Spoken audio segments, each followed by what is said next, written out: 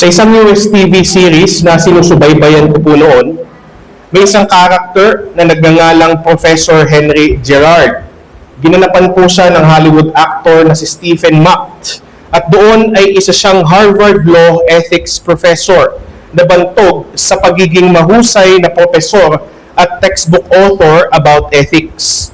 Hindi malilimutan ng kanyang mga law students ang palagi niyang sinasabi sa kanyang klase, and I quote, "The circumstances don't matter."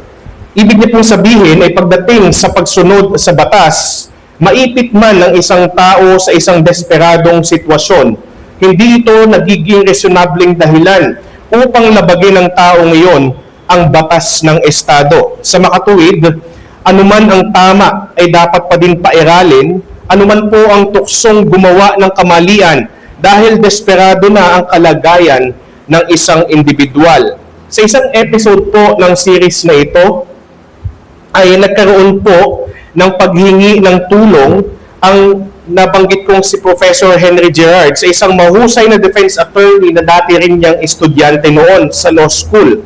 Ito ay sa kadahilan ng kailangan niya ng abogadong magtatanggol sa kanya sapagkat siya'y sinampahan ng kaso at ang kasong isinampa sa kanya ay accepting a bribe o pagtanggap ng suhol. Nais niyang palabasin na ang perang nahuli sa kanya ay napanalunan niya sa isang poker game at ito ay nagkakahalaga ng $15,000. Subalit dahil ang kanyang testimony nung siya po ay inihahanda ng kanyang defense attorney sa pagharap sa hukuman ay nagkakaroon ng napakaraming inconsistencies, kumbaga hindi magkarugtong at lagi may mga contradiction na napapansin ng kanyang abogado sa kanyang mga pagpapatotoo kung siya nga ba talaga ay inosente, na humantong siya na umamin sa kanyang abogado na ang pera talaga ay suhol mula sa isang law student niya na bumagsak sa kanyang klase at nagnanais na siya ay maipasa kapalit ng pera na ibinigay sa kanya. Dahil po rito, ang sabi ng kanyang defense attorney na dati nga po niyang law student at talagang humahanga sa kanya dahil siya ay talagang natuto ng gusto mula sa mga klase nito, ay itong salitang ito, and I quote, "You preach about ethics and yet you do this." At hindi natin masisisi ang kanyang abogado sa pagsasabi nito. Nasabi ito sapagkat nasiwalat na ang mahigpit na paniniwala ni Professor Henry Gerard sa ethics ay hindi umaangkop sa kanyang naging asal. Mali na nga na tumanggap siya ng suhol tapos tinangkapan niya na itago ang katotohanan, and in so doing, muntik pa na nadamay ang kanyang defense attorney by making him commit perjury. Ibig sabihin ay nais pa niyang isangkot sa pagsisinungaling sa hukuman ang kanyang defense attorney dahil sa naipit daw siya o di umano sa isang kalagayan na wala siyang ibang naisip na kundi tanggapin ang suhol ng kanyang bumagsak na estudyante. Sa makatuwid, his actions contradicted what he famously believed and say, that in terms of upholding the law, the circumstances don't matter. Alam niyo po sa patuloy na pagtatanggol ni Apostol Pablo sa katotohanan ng tiyak na muling pagkabuhay ng mga mananampalataya, ilalahad niya na ang mahigpit na pagtangan sa muling pagkabuhay na nakaugat po sa muling pagkabuhay ng ating Panginoong Hesukristo ay may inaasahang klase ng pamumuhay na magiging kapansin-pansin sa kasalukuyang buhay ng mga humahawak nito. Ang mga talata po natin ngayon ay maglalahad ng isang napakagandang katotohanan na hinahawakan ng mga matatapat na theologians o teologo sa kasaysayan. And I quote, "Orthodoxy leads to orthopraxy." Sa Tagalog po, ang tamang doktrina ay humahantong sa tamang pamumuhay. Ito po ay napakahalaga na kilalanin nating mga Kristiyano sapagkat bagamat totoo at sinasabi ito ng maraming mangangaral. Ito po ay narinig ko rin noon sa isang mangangaral na ngayon ay malimit ko rin pinapanood, si Pastor Ephraim or Eli Cana. Sa isang sermon niya, nabanggit niya that the Christian faith is intellectually demanding. Totoo naman po talaga yan kasi napakarami po mga bagay na kinakailangan natin na tingnan sa kasulatan at tingnan ng may pag-iisip na mapanuri, hindi dahil sa tayo dapat nagiging kritiko ng salita ng Diyos, ngunit dahil ang mga bagay na ito ay dapat nating pinag-iisipan, napakahalaga ng persuasion at ng conviction sa buhay po ng isang mananampalataya. Subalit sa kabila po ng katotohanan na ito, ang mga doktrina, bagamat dapat sinasaliksik, sinusuri, inaaral, ngunit ito ay ibinigay sa atin ng Diyos na nakalakip sa kanyang salita upang sa pamamagitan po ng mga bagay na ito, as we grow in the knowledge of God and the will of God, ay tayo ay hubugin ito sa ating buong pagkatao. Hindi lang po ito ibinigay sa atin ng Diyos upang manalaytay sa ating mga isipan, ngunit upang ito'y dumalin sa ating buong pagkatao at in so doing tayo ay nahuhulma sa pagiging kawangis po ng ating pong Panginoong Hesukristo.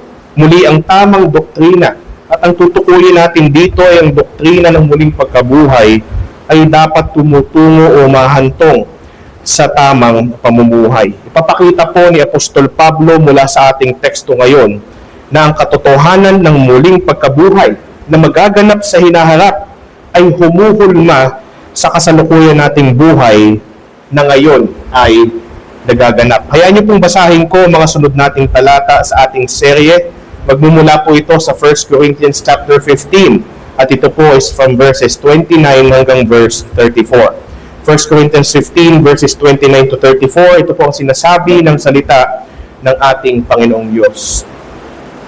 At kung walang muling pagkabuhay, anong gagawin ng mga binabautismuhan para sa mga patay? Kung ang mga patay hindi muling binubuhay, bakit may mga taong binabautismuhan para sa kanila? At bakit namin inilalagay sa panganib ang aming buhay sa bawat sandali? Araw-araw akong humaharap sa kamatayan. Ipinapahayag ko ito, mga kapatid, dahil sa aking pagmamalaki tungkol sa inyo, na tinataglay ko kay Kristo Jesus na ating Panginoon. Kung sa makataong dahilan lamang kaya ako lumalaban sa mahihilap na hayop sa Efeso, ano ang mapapakinabang ko kung ang mga patay ay hindi muling binubuhay?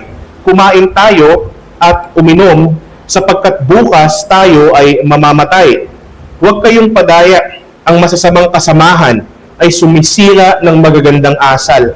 Magpakatino kayo gaya ng nararapat at huwag na kayong magkasala sapagkat may mga taong hindi pa nakakakilala sa Diyos. Sinasabi ko ito upang mapahiya kayo. Narinig po natin ng walang bahid ang buhay at hindi papalya na salita ng Panginoon. Nawa po ito ay para sa ating kapakinabangan lahat.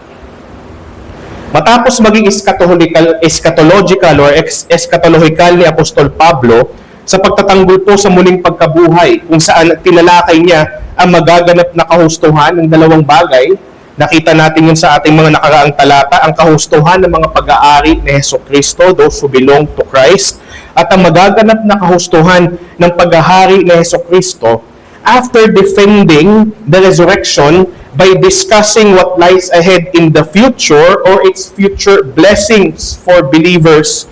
He then went on to discuss the present expectation, ang kasalukuyang inaasahan o ang kasalukuyang bisa or effects of the doctrine of the resurrection in the life of a believer. Sa ating pong mga talata ngayon, tila sinasagot po ni Apostol Pablo ang katanungan, ano ba ang bisa ng paparating ng muling pagkabuhay sa kasalukuyang pamumuhay ng mga mananampalataya? At ang buod na kasagutan na inilalahad sa ating teksto ay ito. Ang kasalukuyang buhay ay mababago at hustong ilalaan para po sa Panginoong Hesukristo. As we look forward, at dapat lamang, nabanggit ko po ito noong nakaraang linggo, to our future resurrection. Kaya nga po ito eschatological. It has many things to do with the last days. Ano bang magaganap? Kailan magaganap ang muling pagkabuhay? Nakita natin mula sa pahayag ni Apostol Pablo sa pagtatanggol sa muling pagkabuhay. Ito ay magaganap sa muling pagparito ni Hesukristo. Mahuhusto ang kanyang paghahari. Ang wakas ay darating at sa mga panahon din iyon ay magagapi. The last enemy to defeat is death. Ngunit habang ito po ay hinihintay natin, dito sa ating mga talata na isabihin ni Pablo, sa pamamagitan ng kanyang sariling pagpapatotoo there is an expectation of a changing life, of yung tinatawag natin good behavior at mga pagkilos ng isang mananampalataya kung siya talaga ay humahawak ng mahigpit sa doktrina ng papaparating natin na muling pagkabuhay ng ating Panginoong Hesukristo. Ito po ang aking mensaheng ating kukunin mula sa ating teksto ngayong umaga. Ang tiyak na muling pagkabuhay ay may kasalukuyang bisa ng pagbabago at paglalaan ng buong buhay sa naghaharing si Hesukristo. Ang tiyak na muling pagkabuhay ay may kasalukuyang bisa ng pagbabago at paglalaan ng buong buhay sa naghaharing si Hesukristo. At hahango po tayo dito ng dalawang bisa na inilahad ni Apostol Pablo ng darating na muling pagkabuhay sa kasalukuyang buhay ng mga mananampalataya. At ito po yung dalawang bisa na iyon na dapat ay mamataan sa atin bilang mga mananampalataya ng Panginoong Hesukristo kung tunay tayo na humahawak sa tiyak na paparating na muling pagkabuhay sa takdang panahon. Una, ang paglalaan ng buhay sa paglilingkod sa kamahalan. Ang paglalaan ng buhay sa paglilingkod sa kamahalan.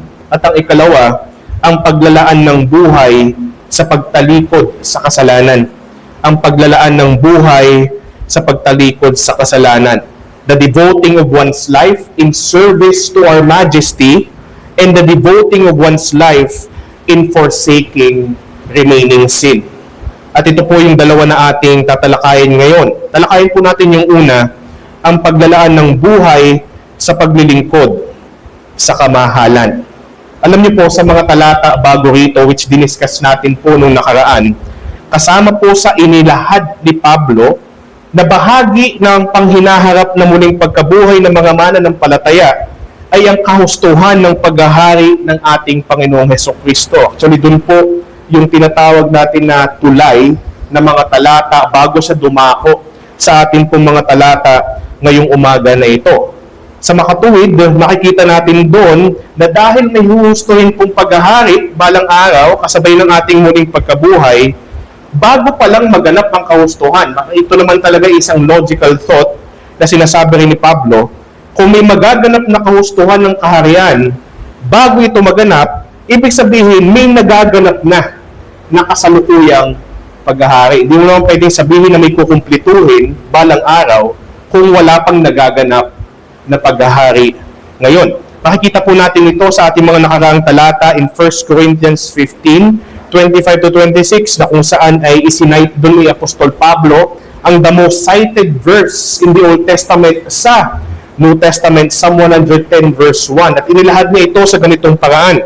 Sapagkat kailangan maghari siya, talking about Christ, hanggang mailagay niya ang lahat ng kanyang mga kaaway sa ilalim ng kanyang mga paa. Ang huling kaaway na lilipulin ay ang kamatayan. Which is nakikita natin na nakadugtong sa darating na kahustuhan ng paghahari ng ating kamahalang si Hesukristo at ng muling pagkabuhay, ang kasalukuyang paglalaan ng buhay ng mga mananampalataya sa Panginoon. So, dahil may paghahari na ngayon, nakukumpletuhin, hinihintay natin ang pagkakumpleto, ay bilang pagtugon sa kasalukuyang paghahari ng muling nabuhay nating kamahalang si Hesukristo, inaasahan talaga sa atin na mayroon na tayong pagpapasakop na ginagawa. Ipinaliwanag ko nga po nung nakaraan, and I am persuaded that this is the proper interpretation, na pag sinabing lilipunin balang araw sa pagdating muli ng ating Panginoon sa paggusto ng kaharian, ang mga pamahalaan dito at iba pang mga bagay dito sa daigdig na ito. Ito po hindi sa konteksto ng pagwasak, kundi sa konteksto ng pagpapasakop. Kaya pag tiningnan po natin yung mga ilang talata, bago yung talata natin ngayon, ay paulit-ulit na binanggit ni Pablo ang salitang pagpapasakop, sapagkat ang ibig sabihin na ilalagay ng Diyos Ama sa paanan ng ating Panginoong Hesukristo ang lahat ng mga kaaway niya. Dahil lahat ng elect ay mga sinners, former enemies ng ating Panginoon, ay ang ibig sabihin doon ni Apostol Pablo ay tayo, ang mga elect, ang mga kaaway noon ng Diyos na pinagkakasundo sa Kanya sa pamamagitan ng pagsisisi at pagsampalataya sa Ebanghelyo ay hahantong sa pagpapasakop. At ang pagpapasakop na ito, hindi lamang pagpapasakop na naririnig mula sa mga bibig na ako ngayon ay pinaghaharian na ni Jesucristo, ngunit ito'y magkakaroon ng talagang malinaw na manifestasyon, ito'y magiging kapansin-pansin sa kurso ng buhay ng isang mananampalataya sapagkat magiging progressive ang kanyang magiging pagbabago, unti-unti siyang nagiging kahawig ng ating Panginoong Jesucristo. Kaya nga sa mga unang bahagi ng ating mga teksto ngayon, ng ating talata ngayon, nagpatotoo si Pablo na dahil mahigpit ang pagtangan niya at ng kanyang mga kamanggagawa sa Ebanghelyo sa paparating na muling pagkabuhay at paggusto ng paghahari ni Jesucristo, may lubusang paglalaan sila ng kanilang buhay sa paglilingkod sa Kanya. Yan po ang binubuo o ang ipinagngangalandakan ni Apostol Pablo from verses 29 hanggang verse 32 ng ating mga talata. Makikita natin dito na talagang naglingkod si Apostol Pablo at ang kanyang mga kasamahan na nangangaral ng Ebanghelyo maging sa katotohanan na kanilang inilalagay ang kanilang sarili sa pamimiligro, maging ang kanilang buhay ay nagiging at risk, mapaglingkuran lamang nila ang ating pong Panginoong Jesucristo. Pero nais ko muna pong dumako doon sa inaamin ko, at ito ay makasaysayang talata na inaamin ng maraming teologo, even Bible commentators, na isa sa mga pinakamahihirap i-interpret ng mga Bible verses.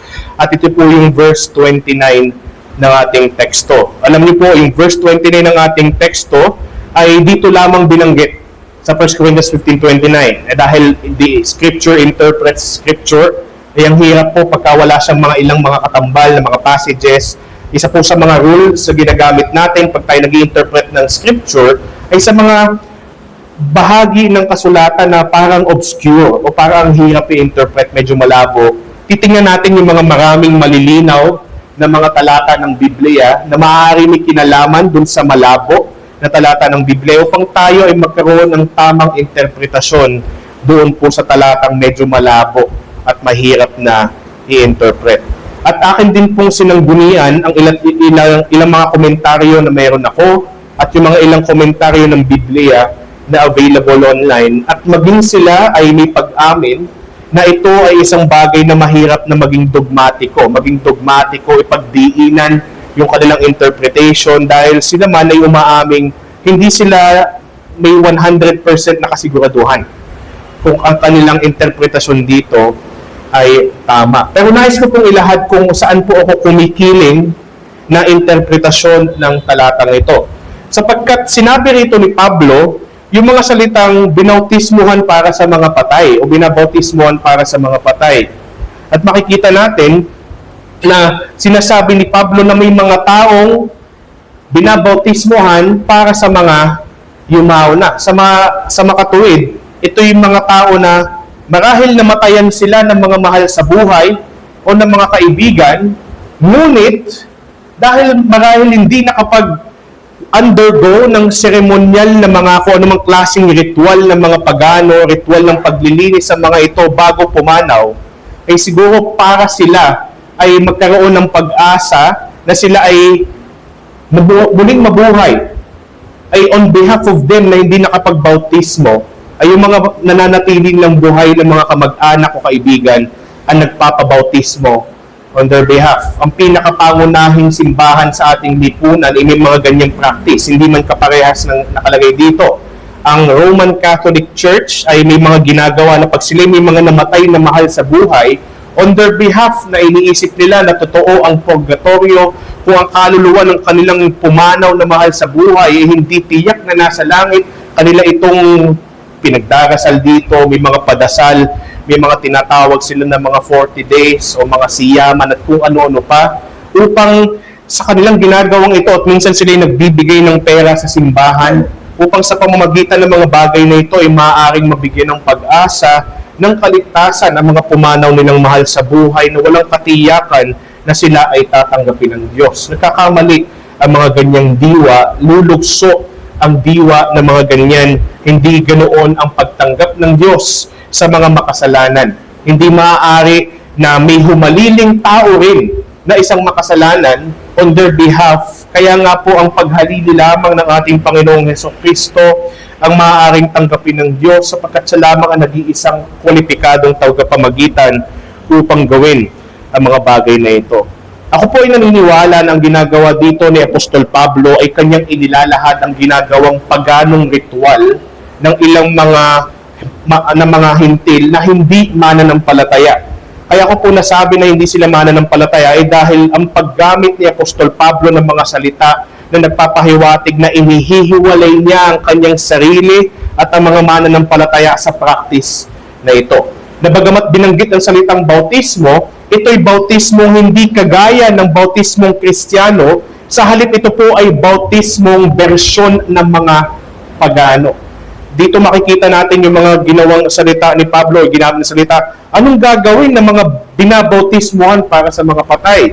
Hindi niya sinabi anong gagawin natin ng mga binabautismuhan para sa mga patay. Sa halip ay ang ginamit ng mga prepositions ay naghihiwalay.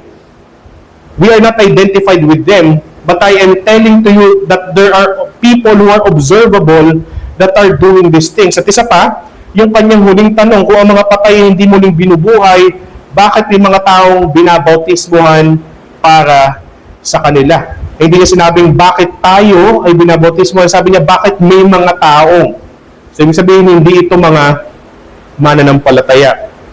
Pero dahil may gumagawa ng isang paganong bersyon ng pagbabautismo sa kanilang paganong pananampalataya, ay sinasabi ni Pablo ito bilang hamon sa mga mananampalataya ng Korinto na tila naglilito at ilan sa kanila ay umabandona na sa doktrina ng muling pagkabuhay. Ang hamon na nais niyang sabihin dito ay ito. Hamon ito ni Pablo sa mga Kristiyanong taga-Korinto na pinagdududahan ng muling pagkabuhay na nakaugat kay Kristo, gayong may mga paganong hindi kabilang kay Kristo na naniniwalang may muling pagkabuhay ng mga yumao.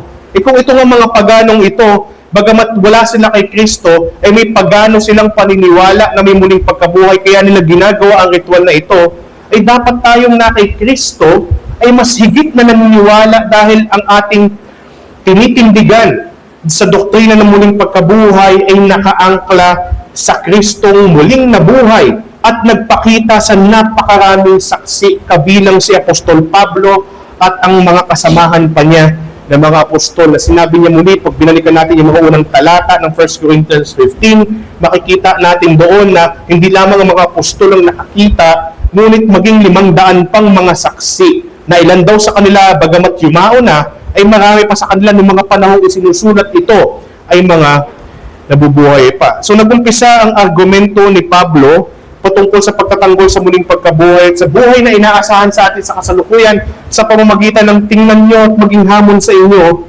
ang mga pag-aano. Bagamat hindi natin dapat tinatangkilik at sinusundan ng mga gawi at pananampalataya ng mga pag-aano, there are things that we can learn from them.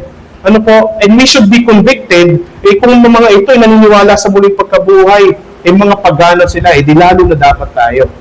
Ano po? Minsan nakikita natin may mga filosofiya na kung saan bagamat hindi tayo dapat sumang-ayon, ngunit nakikita natin na iba ang buhay at parang sila ay may kabanalan kahit wala silang kaligtasan. Yung mga filosofiyang iyon ay hindi naman ibig sabihin na itatangkilik tayo sa kanilang filosofiya, pero maging hamon yun sa atin na sila nga nasa kamalian ay nakakapamuhay ng may itsura ng kaayusan, ay lalo na ang mga nasa katotohanan ng ating pong Panginoong Hesukristo. Pero matapos niyang hamunin sa ganitong paraan ng mga mananampalataya ng Korinto ukol sa muling pagkabuhay, bigla siyang nagpatotoo at naging tagapagsalita, maging ng kanyang mga kamanggagawa sa Ebanghelyo upang sabihin na kung ang tunay na mahigpit na humahawak sa muling pagkabuhay ay talagang maglalaan ng kanilang buhay sa paglilingkod sa ating kamahalan, sa ating haring nagahari na ngayon, ang ating muling nabuhay na Panginoong Hesukristo. Sa verse 30 at 32, ito po ang kanyang inilalahad.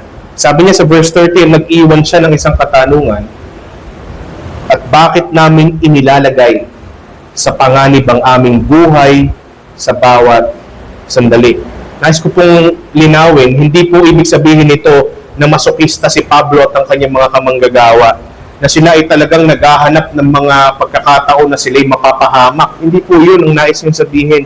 Ngunit mamaya, sasangguni tayo sa Book of Acts na kung saan ay maraming recorded events sa buhay ni Pablo sa kanyang pagmiministeryo at iba pang mga apostol.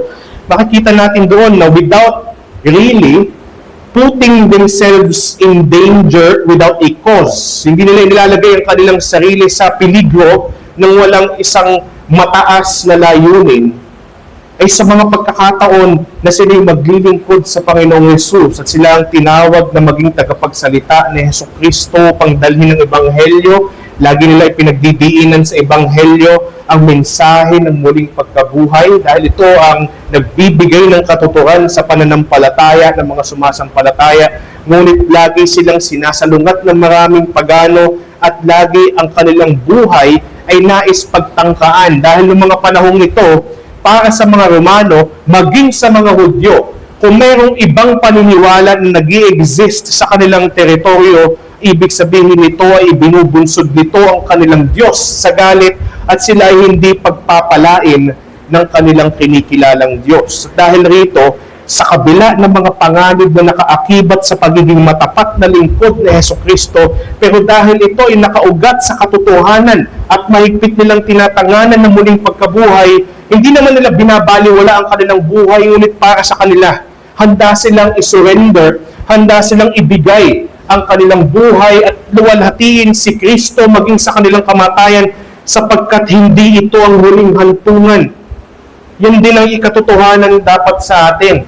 Nag-uudyok sa atin sa muling pagkabuhay ni Jesus na kung saan nakaugat ang ating muling pagkabuhay, kung malagay man sa peligro ang ating buhay, kung ang kapalit nito ay katapatan sa paglilingkod kay Hesukristo, tumingin tayo sa muling pagkabuhay na kung saan ay nagsasabi, pumanaw man tayo, masaktan man tayo sa panahong ito, at ito yung mahirap na hamon. Subalit dahil may muling pagkabuhay kay Hesukristo, darating ang panahon na ating makikita, ating babalik panawin. Pag tayo nakamaluwalhating katawan na, hindi nasayang ang ating paglalaan ng buhay para sa ating naghahari ngayon, ang ating kamahalan na si Hesukristo. Nung sinabi niya, at bakit namin inilalagay sa panganib ang aming buhay sa bawat sandali, this is a rhetorical question in order to defend that because of the resurrection, this is how we live. Ganito namin iginugugol ang aming buhay. Iniingatan namin ang aming sarili, subalit sa mga pagkakataon na kailangan ang aming buhay ay malagay sa peligro. Kung ito ay para kay Hesukristo muling na buhay, kung saan nakaugat ang aming muling pagkabuhay, ito ay maglalaki namin na haharapin. Sabi pa nga niya, araw-araw akong humaharap sa kamatayan. Ito yung tinatawag nating prinsipyo ng memento mori. Ibig sabihin ng memento mori, remember you are mortal. Remember you will die. At hinaharap niya yung kamatayan araw-araw sapagkat namimiligro sila araw-araw. Dahil araw-araw sila, kung lalakbayin natin ng Book of Acts, na nangangaral ng Ebanghelyo. At araw-araw din silang sinasalungat at minsan ang mga sumasalungat sa kanila ay nais talaga sila na patayin. Kasi for them, ay makatarungan at kalugod-lugod sa kanilang dinodiyos kung patayin nila ang mga taong nangangaral ng ibang pananampalataya kumpara sa kanilang kinagisnan. At makikita natin ito sa iba't ibang bahagi ng Biblia. Sa Acts 20:24, may sinabi po si Apostol Pablo, subalit hindi ko itinuturing na mahalaga ang aking buhay.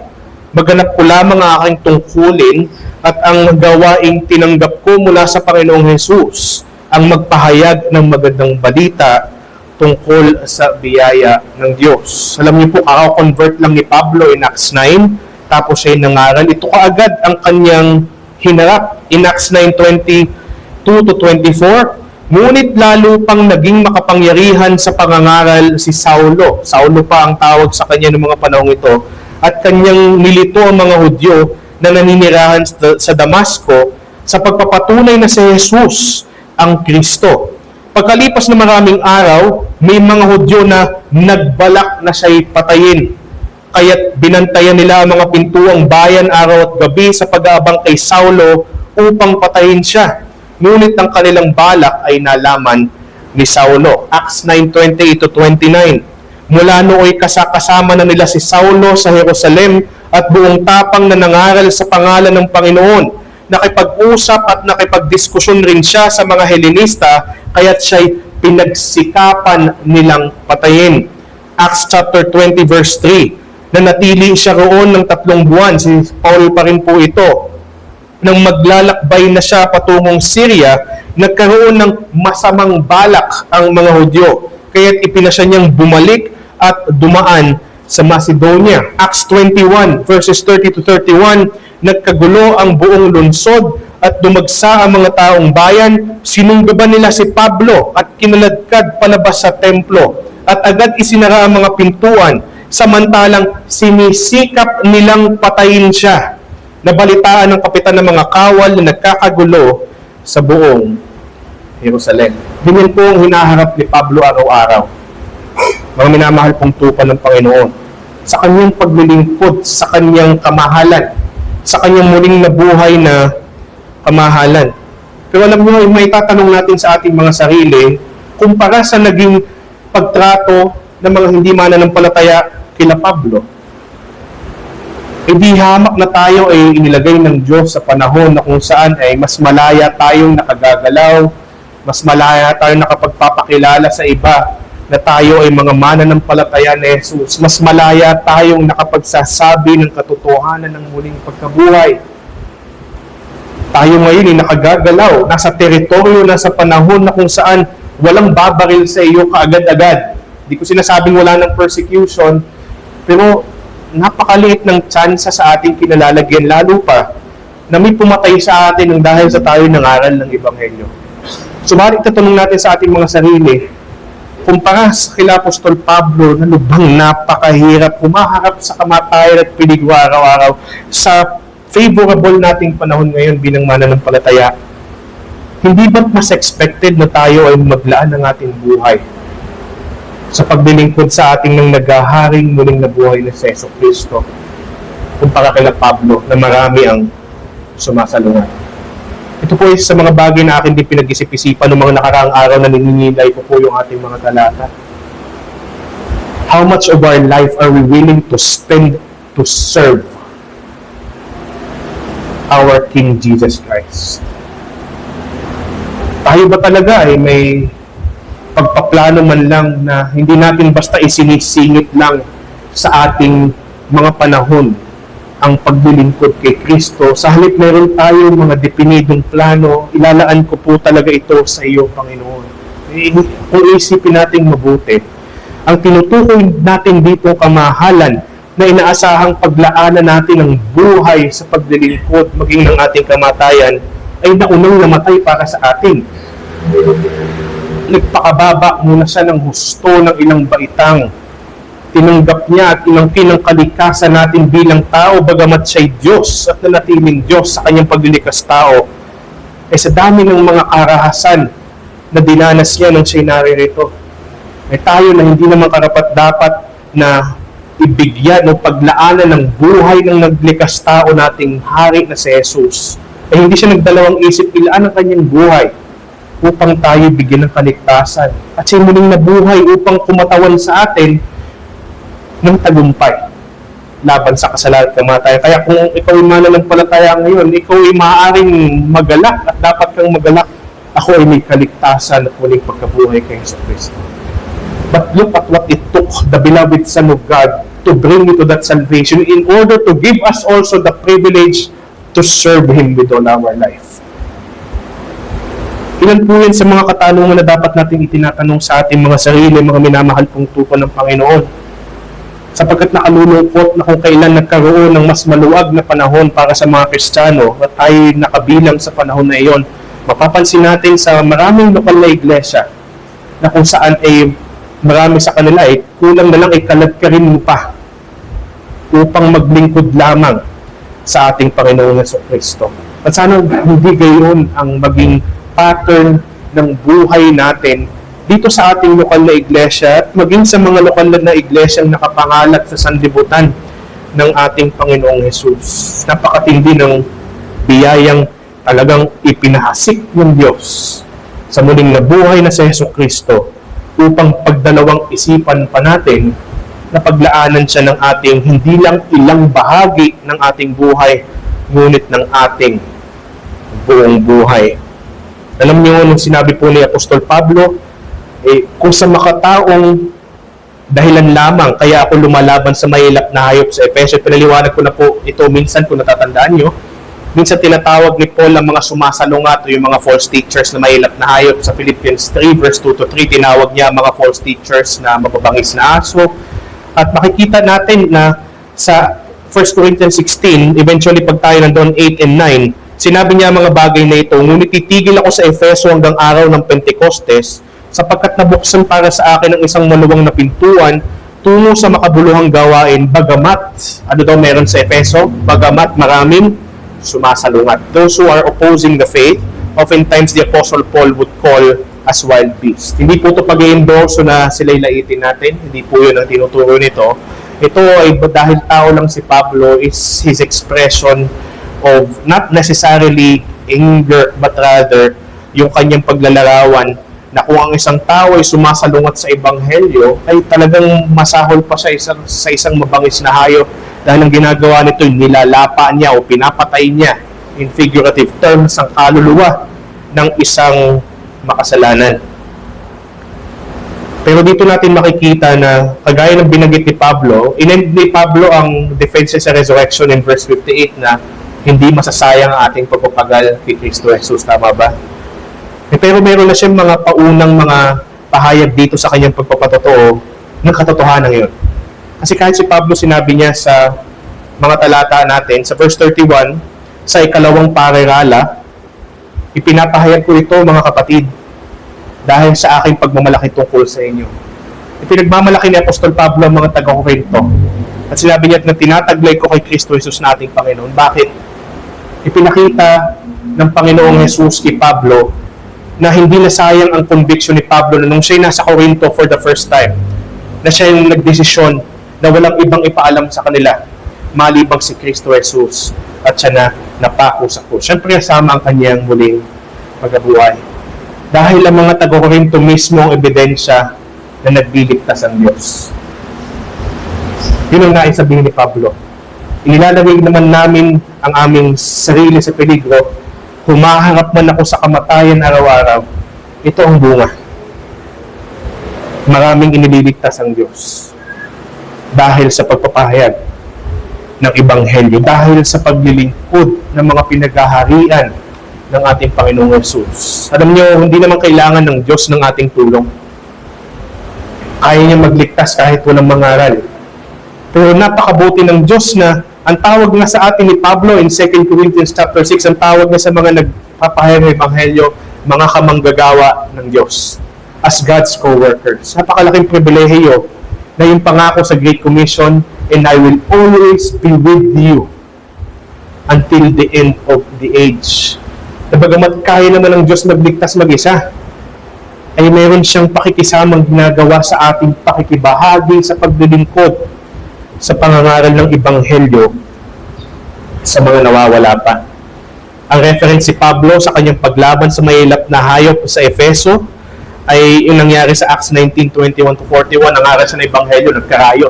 Hindi no. Nangaral siya ng Ebanghelyo at ng muling pagkabuhay, nagkarayo. In Acts 19:23, ng panahon din iyon, nagkaroon ng malaking kaguluhan tungkol sa daan ng Panginoon, the way of the Lord. Yun pa ang tawag dati sa mga Kristiyano, the way, ang daan. Ano po? Pero kahit sa mga ganung pagkakataon, sabi ni Apostol Pablo, kung sa makataong dahilan lamang kaya ako lumalaban sa mahilap na hayop, sa madaling salita, kung pang sarili lamang ang aking motibo, kung halimbawa ang kanyang motibo kaya niya inilalagay, kaya siya nangangaral ay dahil gusto niyang yumaman, gusto niyang magkaroon ng magandang buhay. Sabi niya kung sa makataong dahilan lamang ginagawa ko ito, ay ano mapapakinabang ko? Bakit nga naman ilalagay ng tao ang kanyang sarili sa kapahamakan na araw-araw, sa peligro, ang kanyang buhay ay laging at risk of ending Eh kung makatao lang ang dahilan, mga pansarili at pansamantalang interes. Kaya sabi ni Pablo, ginagawa ko ito dahil totoo ang muling pagkabuhay. Ito ang iniuhulma sa aking buhay ng katotohanan ng muling pagkabuhay na darating na nakaugat kay Jesucristo. Dahil kung hindi naman pala muling nabubuhay ang mga patay, sabi ni Pablo, magpakasasa na lang tayo sa paglulugod ng ating laman sa kasalukuyan. Kasi wala naman pala eh. Ito na lang pala eh. Sabi nga ng mga tao ngayon, you only live once. Kaya ang sabi ni Pablo, kumain na lang tayo at uminom sapagkat bukas ay tayo ay mamamatay. Ang tawag dito ay ang filosofiya ng hedonismo. Na ang ibig sabihin noon ay ito ay pagpapakasasa sa kalayawan na ang purpose ng buhay ay ang tugisin o i-pursue ang kalayawan ng laman. Dahil wala namang buhay pala pagkatapos nito, ay tayo magpakasasa na lamang at ganyan ang nakalulungkot na katotohanan na bagamat maraming Kristiyano ngayon na nagpapahayag na naniniwala sa muling pagkabuhay, ngunit ang kapansin-pansin sa kanilang buhay ay sila'y nabubuhay sa mga pansamantalang layaw lamang. Nakakalungkot po yan. Hindi ko sinasabi na walang lugar ang mga bagay kagaya ng pumunta sa mall, mag-party, sa tamang konteksto, mamasyal, ay may lugar po, may puwang po yan sa buhay ng Kristiyano. Ngunit kung ating diwa ay nakatutok na lamang sa mga bagay na ito na parang ang araw-araw na nating buhay ay para ako'y magkaroon ng ganitong bagay, ma-enjoy ko ang ganitong bagay, makapunta ako sa mga ganitong lugar, o kaya ako ay magkaroon ng pakikisama sa mga ganitong tao, maka-attend ako ng mga concerts ng mga tao na hinahangaan ko at marami pang iba, ay ating suriing mabuti ang ating mga sarili. Huwag tayong padalos-dalos na tayo ay sabihin natin tayo ay humahawak sa muling pagkabuhay, ngunit ang ating buhay ay nakatutok lamang sa napakaikling bahagi ng ating buhay at iyon ay ang pansamantala. Kaya sabi ni Pablo, kung walang muling pagkabuhay, sa halip na paglingkuran ko ang naghaharing si Kristo, paglilingkuran ko na lamang ang aking sarili. Kung anong gusto ng aking laman, kung anong gustong kalayawan na nais kong gawin. At nawa hindi mangyari na ganito ang ating maging buhay, mga minamahal na tupa ng ating Panginoon. Kung tunay mong niyayakap ng mahigpit ang doktrina ng muling pagkabuhay, may puwang man ang mga bagay na maaari nating ma-enjoy sa common grace. Pero sana maging higit nating pagtutok ang ating maging layunin ay ang pairalin at makiisa tayo sa pagpapalawak ng kahariang binubuo ng ating pong Panginoong Jesucristo. Na maging sa mga panahon na maaaring mamiligo ang ating buhay, sana hindi tayo kumumpromiso. At tayo, mga minamahal kong tupa, tanawin natin ang Ebanghelyo at tingnan natin kung anong sinakripisyo ng ating naghaharing muling nabuhay na si Kristo upang matudyok ito sa atin na kung paano ibinigay ng walang pag-aalinlangan ni Kristo Jesus sa kanyang buhay sa akin. Sino ba naman ako upang mag-alinlang ibigay ang aking buong buhay para sa Kanya? Kaya nga bilang hamon po para sa atin, sa pagtindig mo sa muling pagkabuhay na tiyak na paparito, ilaan mo ang iyong buhay sa paglilingkod kay Jesucristo. Mahalaga po yan, mga minamahal na tupa ng ating Panginoon. Yan ang magbibigay ng katuturan sa buhay mo. At kung ikaw wala pa kay Jesucristo at ang iyong diwa ay nakatutok lamang sa mga bagay na ito ng mundo, ay iniyayakag ka namin bilang iglesia, pagsisihan mo ang ganyang diwa. Sumampalataya ka at hindi mo ng tawad sa Diyos, sumampalataya ka kay Jesucristo na namatay para sa mga makasalanan, na buhay ng sakdal upang tayo magkaroon ng pagtanggap ng Diyos sa katuwiran na siya lamang ang makapagbibigay sa atin. Siya muling nabuhay, namatay muna siya sa krus upang bayaran ang lahat nating kasalanan at muling nabuhay upang ipahayag ang katagumpayan niya bilang ating kinatawang ulo laban sa kasalanan at kamatayan, at nagbibigay ito kung ikaw ay magsisisi at sasampalataya sa Kanya ng buhay na walang hanggan at pag-asa ng muling pagkabuhay mo sa darating na panahon. At ibigyan ka nito ng lakas upang ikaw sa iyong kasalukuyang buhay ay mailaan mo ang iyong paglilingkod, ang iyong buong buhay sa paglilingkod sa ating kamahalan, ang ating pong Panginoong Jesucristo. Hindi ko po alam kung kilala niyo si C.T. Studd. Siya po ay isang bantog na misyonaryo. Namatay siya noong July 16, 1931. Matapos na siya'y maligtas nung siya'y nasa Cambridge, England, inalala niya ang naging mahapdi sa kanyang puso na kamatayan ng kanyang kapatid. At dahil dito, nag-alab ang kanyang puso na ilaan sa Panginoon ang mga nalalabing taon ng buhay niya. Naging misyonaryo siya at dinala niya ang ebanghelyo sa China, sa India at sa huli sa Africa. Ngayon isinulat niya ang isang bantog na tula na kalaunan ay ginawang isang himno. Ang pamagat po nito ay Only One Life. I'm not sure if you have heard of that. Pero isa po ito sa mga kahanga-hanga na ginawang akda, isang poetry na ginawang himno na inaawit din ng maraming iglesia, maging mga reform na iglesia sa buong daigdig. At nais ko pong i-quote yung second line. Ito po yung paborito kong linya doon sa tula na himno, yung second line ng kanyang isinulat. And I quote, "Only one life, yes, only one. Soon will its fleeting hours be done. Then in that day, my Lord to meet and stand before His judgment seat. Only one life, it will soon be past, but only what's done for Christ will last." At yan po ay napakatotoo, mga minamahal na tupa ng ating Panginoon. Bagamat may puwang na may mga bagay tayong pwedeng gawin, sana'y wag lamang makamakasalanang bagay. Subalit kung nais niyong isipin at nais niyong suriin, ano ba sa lahat ng aking pinagpapagalan ang mananatili magpakailanman? Wala nang iba ito, kundi ang ating pagpapagal para sa ating kamahalan, ang ating pong Panginoong Jesucristo. Dumako po tayo sa ikalawa, at ito po ay ang paglalaan ng buhay sa pagtalikod sa kasalanan.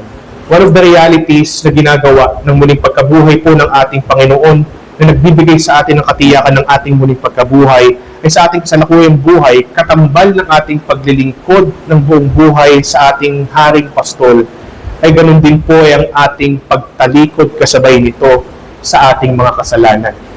Ano po? Ito po ay narinig ko kay Pastor Noel Espinosa sa isa sa mga sermon niya, na ang isang wala kay Kristo ay siya ay nananahan sa kasalanan. Ngunit ang isang na kay Kristo Jesus, bagamat nagkakasala pa rin, pero hindi na siya ang nananahan sa kasalanan, sa halip ang kasalanan ang nananahan sa kanya. Kaya ang tawag natin dito sa theology is indwelling sin. At pwede rin natin sabihin na ang isang hindi mananampalataya ay pinaghaharian ng kasalanan. Pero dahil mananampalataya na tayo, ay hindi na tayo dapat pinaghaharian ng kasalanan bagamat may mga nananatili pa rin tayo na kasalanan. Sa mga sunod na ilalahad ni Pablo patungkol sa epektong pangkasalukuyan ng panghinaharap ng muling pagkabuhay ng mga mananampalataya, hindi niya sasabihin na dapat tayo ay inaasahang maging perpekto. Pero ang kanyang hinihimok dito ay may pagprogresong magiging kapansin-pansin sa atin pagdating po sa ating buhay kabanalan bilang mga iniligtas ng muling nabuhay nating Haring Pastol na si Jesucristo. Inumpisahan niya yung verse 33 sa mga salitang ito. Sabi niya sa mga taga-Korinto, huwag kayong padaya. Bakit? Kasi there are people who are deceiving them. At ang deceitfulness na ginagawa po ng mga ito ay kanilang nililito ang mga taga-Korintong mananampalataya na walang muling pagkabuhay. At dahil rito, ang himok ni Pablong sunod ay ito, ang masasamang kasamahan ay sumisira sa magagandang asal. Alam kong may extension itong pwede nating gamitin, na kung saan ay dapat tayo maging mapanuri sa ating mga sinasamahan dahil nakaka-apekto din naman talaga sila sa atin. Pero extended application na po yun. Immediately, ang sinasabi dito ni Pablo, huwag kayong sumama sa mga nanlilinlang na walang muling pagkabuhay. Bakit? Kasi pagka kayo ay nagpadala na wala palang muling pagkabuhay, maaapektuhan nito ang inyong lakad sa kabanalan. Ayun yung sinasabi ko po kanina na laging sinasabi ng mga matatapat na theologians in history, orthodoxy leads to orthopraxy. At makikita natin, yung opposite noon is true. Pag mali ang doktrina, humahantong ito sa maling pamumuhay. Kaya nga ang sinasabi rito sa verse 33 ni Apostol Pablo, umiwas, magpalinlang, at sumama sa mga may maling pananaw ukol sa muling pagkabuhay. We have to be mindful of who we associate with. We have to be mindful of what we listen to. Kasi above all else, again, doctrine is meant to shape the life of a believer. Yun po ang ginagawa ng doktrina. Nagkakamali ang marami na nais lang nilang lumago sa kaalaman ng doktrina, ngunit wala silang pagsisisi sa kanilang mga kasalanan at walang pakundangan sila na wala silang tila pakialam kung ang buhay ba nila ay nababago ng mga bagay na kanilang nalalaman mula sa Panginoon. Alam niyo po, ako ay naghahanda na sa aking magiging pagtuturo sa darating na Tiyutok sa Abril. Ang topic po namin is of sanctification. Isa po sa mga inilagay ko doon sa aking ginagawa na ituturo is ito. Sanctification comes not from how much we know, but it comes by how much we are changed by the things we come to know. Minsan magugulat ka, may mga mananampalataya na hindi pa ganun kadami ang alam sa mga bagay ng doktrina. Hindi ko po ito sinasabi para maging pabaya naman tayo sa paglinang sa mga doktrina. Pero mas nakakatuwa ang buhay na hindi pa ganun kalalim sa kadami ang kaalam sa doktrina ng Diyos. Subalit sa bawat nilang nalalaman ay hulmang-hulma ang buhay nila. Kaya tayo minsan ay makakakita ng mga tao na kung saan ay kahanga-hanga man ang kanilang kaalaman sa doktrina, ngunit puno sila ng mga kapalaluan, sila ay nahihirapan o nakikita natin nakakaiba ang takbo ng kanilang buhay sapagkat dapat nating tingnan ang mga doktrina kagaya ng muling pagkabuhay as a sanctifying instrument of God for His believers. These things are meant, yes, nating aralin. Dapat lang, kasi kung wala ang mga ito, hindi tayo lalago sa kabanalan. Pero ang ating pagtutok lamang sa mga doktrinang ito ay para lamang sa kaalaman. Masabi lang ng mga tao, marami tayong alam, ako'y dalubhasa, eksperto ako, teologo ako, ay nagkakamali tayo. Though we must be theologians, first and foremost, we are Christians, which means we have to be Christ-like. Yun po ang kailangan nating pakatandaan, mga minamahal pong tupa ng ating Panginoon.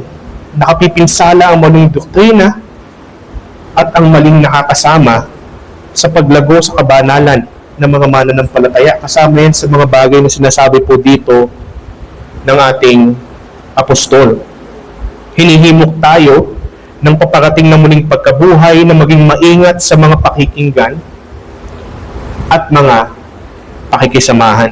Tingnan po natin yung mga talata kagaya ng Proverbs 13:20 na nagsasabing ang lumalakad na kasama ng matatalino ay magiging matatalino rin, ngunit ang kasama ng mga hangal, kapahamakan ang daranasin. We have to be mindful of who we associate with.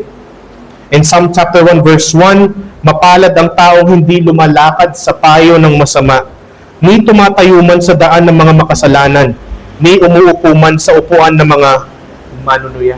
Sapagkat ito ay makakaapekto sa ating buhay pananampalataya. Pero matapos sabihin ito ni Apostol Pablo at tayo nasa huli ng talata, verse 34, sabi niya magpakatino kayo. What a thing to say to fellow believers. Bakit? Kasi sila ay nasa panahon ng mga pagkakasala. Kung babalikan natin yung mga nakaraang kabanata, ay talaga namang napakasakit sa ulo ng mga pinaggagawa ng mga mananampalataya ng Korinto. Ako ay hindi ko ma-imagine pag binabasa ko ang 1 Corinthians, ano kaya ang saloobin at ang nararamdaman o ang diwa ng nagpapastor sa kanila noong mga panahong iyon. Kasi talagang ang sakit sa ulo ng kanilang mga nagiging suliranin. Ito ang dahilan. Kasama to sa dahilan. Sila'y nagkakaroon ng mga pagdududa at hindi mahigpit na pagtangan sa doktrinang napakahalaga na naglalagay ng katotohanan sa ating pananampalataya at ito ay ang muling pagkabuhay. Pero nais kong suriin natin ang ating mga sarili, mga minamahal pong tupa ng Panginoon. How about you? Are you currently struggling with the doctrine of the resurrection?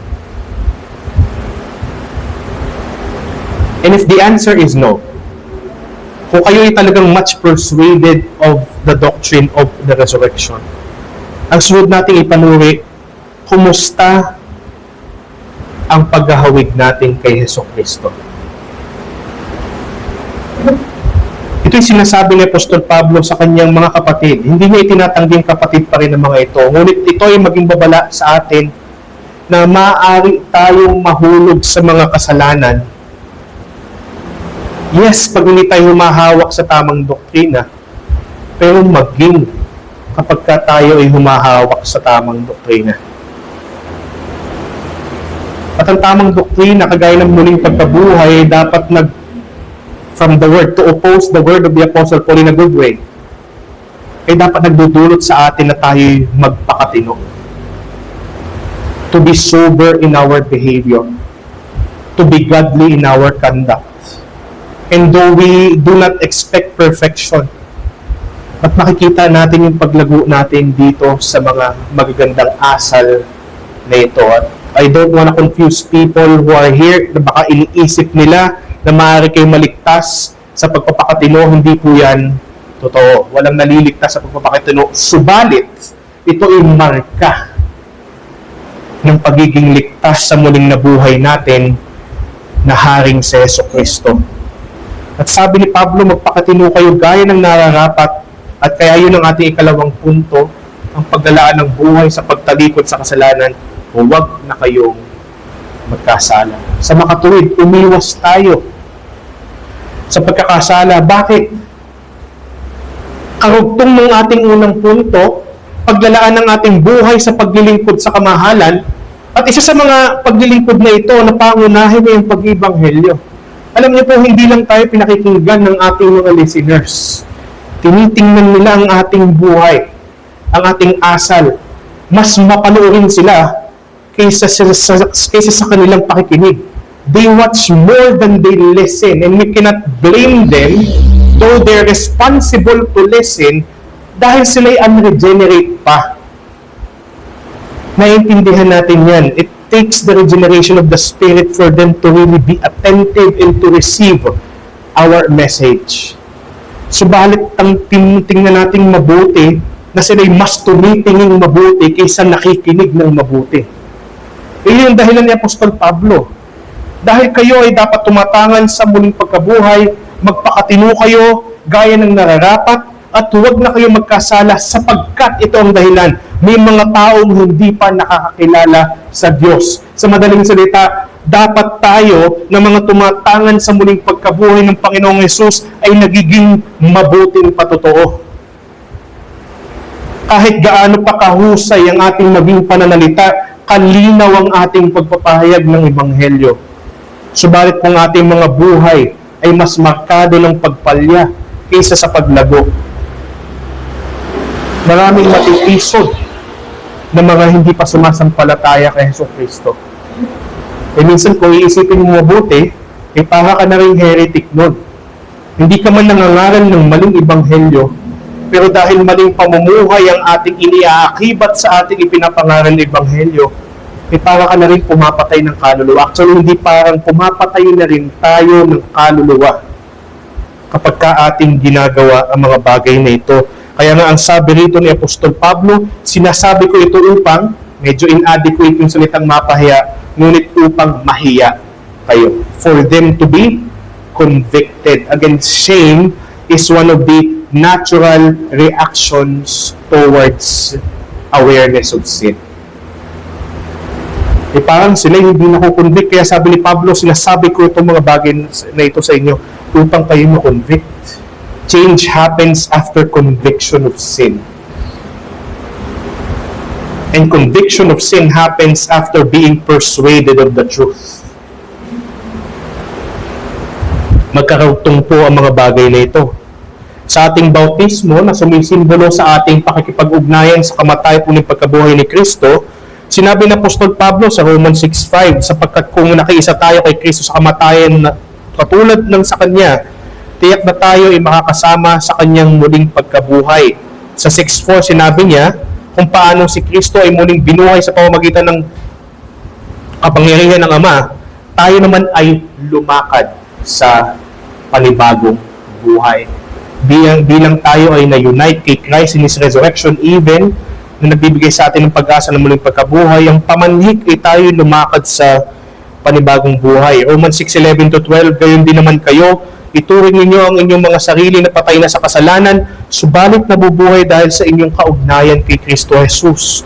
Kaya't huwag na ninyong paghariin ang kasalanan sa inyong katawang may kamatayan upang huwag ninyong sundin ang mga hilig nito. Kaya nga suriin natin ang ating buhay at itanong, dahil ako'y may mahigpit na pag-asa na tatanggap ng muling pagkabuhay, ako ba ay namumuhay ngayon ng may panibagong buhay? Am I continuously changing? In the events na namamalayan ko ang aking nananatiling kasalanan, am I quick to justify my sin? Or am I quicker to repent of my sin? To change my ways, na tumatangan sa biyaya ng Diyos, sa halip na inaabuso natin ang biyaya ng Panginoong Hesukristo sa atin. Kaya nga po bilang hamon, sa pagtindig mo bilang tatanggap ng muling pagkabuhay, lumakad ka sa kabanalan sa kasalukuyan mong buhay. Yan po ang isa sa mga bagay na hindi lamang basta itinuturo, ngunit binibigyan tayo ng lakas ng katotohanan ng muling pagkabuhay na ibinigay sa atin na mapagbiyaya ng ating pong Panginoong Hesukristo. Si John Wesley po, ang founder ng Methodist movement. Namatay siya noong 1791 at mahigpit niyang tinutulan ng kaisipan na ang muling pagkabuhay, lalo na ang muling pagkabuhay ni Kristo, ay isa lamang doktrina. Nais mong linawin, hindi niya tinatanging doktrina ito. Ang kanyang mahigpit na tinututulan ay ang diwa na doktrina lang ang muling pagkabuhay. Sa kanyang ministeryo, mahigpit niyang hinawakan ng katotohanan ito, and I quote, that the resurrection isn't just a doctrine, it is power for holy living. At napakatotoo po nito, mga minamahal na tupa ng Panginoon. Bagamat kasama ako sa mga tumututol sa kanyang katuruan na tinatawag na entire sanctification, o mas kilala ngayon sa tinatawag nating higher life doctrine of sanctification, na nagtuturo na ang isang mananampalataya sa buhay niya sa daigdig ay maaaring humantong sa kasakdalan, na pwede siya maging perfecto sa kanyang buhay dito. As much as I love John Wesley, I reject his teaching na yon. Subalit, on the contrast, ako naman po ay mahigpit na sumasang-ayon sa kanyang sinabi na ang kamalayan ng darating na muling pagkabuhay natin ay nagbibigay lakas sa atin tungo sa banal na pamumuhay. Siguro he took it to the extremes lang, but having that biblical balance, dapat tayo sumangayon sa Kanya. Kung ikaw ay pagkapit sa muling pagkabuhay na darating dahil pinagtagumpayan ito para sa iyo ng iyong haring pastol na si Jesus, ito ang magbibigay lakas sa iyo at sa akin at sa lahat ng mga sasampalataya sa Kanya, upang sa ating nananatiling buhay sa daigdig na ito sa kasalukuyan ay makapamuhay tayo na may kabanalan. Makapaglingkod tayo ng may paglalaan ng kabuuan ng ating buhay sa ating kamahalang si Jesus.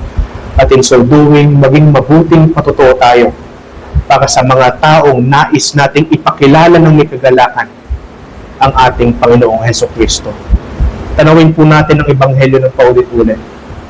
Ang ginawa ni Jesus para sa iyo, ang pagpapakababa niya sa paglilikas tao, ang kamatayan niyang marahas at nakahihiya para bayaran ng mga kasalanan mo, ang kanyang muling pagkabuhay na nagtitiyak ng muli mong pagkabuhay balang araw. That is what it took the beloved Son of God to bring you to that certainty that one day, pag muli kang nabuhay, hindi ka lang basta muling mabubuhay, but you shall see Him face to face. You shall see Him as He is, and you shall be like Him. At yun yung mga bagay na dapat nating tanungin, na sa kasalukuyang buhay ngayon ay maghuhulma sa atin sa hustong pagwawangis sa ating haring pastol, ang ating pong Panginoong Hesukristo. Sana po itong mga bagay na ating pinagsalusaluhan po ngayon ay magdala po sa atin ng biyaya at ng kapayapaan. Tayo pong manalangin at ihanda po natin ang ating sarili sa pakikibahagi sa banal na hapunan ng ating Panginoon. Let us pray. Ayon pong dakila at mabuting Diyos, kami po ay nagpapasalamat sa iyo pong inihain sa aming mga salita. Salamat po sa paglalantad mo sa amin o pagpapaalala na maging ang hinaharap na pag-asa ng muling pagkabuhay ay mayroon ng bisang pangkasalukuyan sa buhay ng mga sumasampalataya sa iyong anak na si Jesus. Una sa lahat, nangawi po nawang maligtas pa sa pamamagitan ng doktrinang ito at ng Ebanghelyo. At ikalawa, sana po Panginoon ay mahubog ang buhay namin mga mananampalataya na sa pagkapit namin sa muling pagkabuhay na paparating sa aming kasalukuyang buhay, hindi po kami mag-alinlangan na ilaan ang aming buong buhay sa paglilingkod sa aming kamahalang si Jesucristo, sa aming hari. At ganun din Panginoon ay hindi kami magdalawang isip at patuloy namin pong sigihin ang pagtalikod sa mga kasalanang nananatili pa sa amin. Salamat po Panginoon sa iyong biyaya sa amin at ang mga bagay na ito at ang Ebanghelyo ay muli naming aalalahanin sa aming pakikisama o pakikibahagi sa banal na hapunan. Pagpalain mo po maging ang aming pong pakikibahagi nito na sa halip na kami kumain para sa aming kahahatol at uminom para sa ikahahatol, ito ay maging para sa aming kalalago, sa aming pag-alala sa ginawa ni Kristo at sa kanyang muling pagkabuhay at saka sa kanyang muling pagparito na kasabay nito ay ang pag-asa namin ng muling pagkabuhay. Salamat po ng marami ang Panginoong Diyos sa iyo po ang kaluwalhatian na magaganap bilang resulta ng mga bagay nito. Sa ngalan po ng aming Haring Pastol, ng aming pong Panginoong Jesucristo. Amen and amen. Ang lahat po ay magstayo, tayo po ay aawit bilang ating tugong awitin. Atin pong awitin ang tanging alay ko.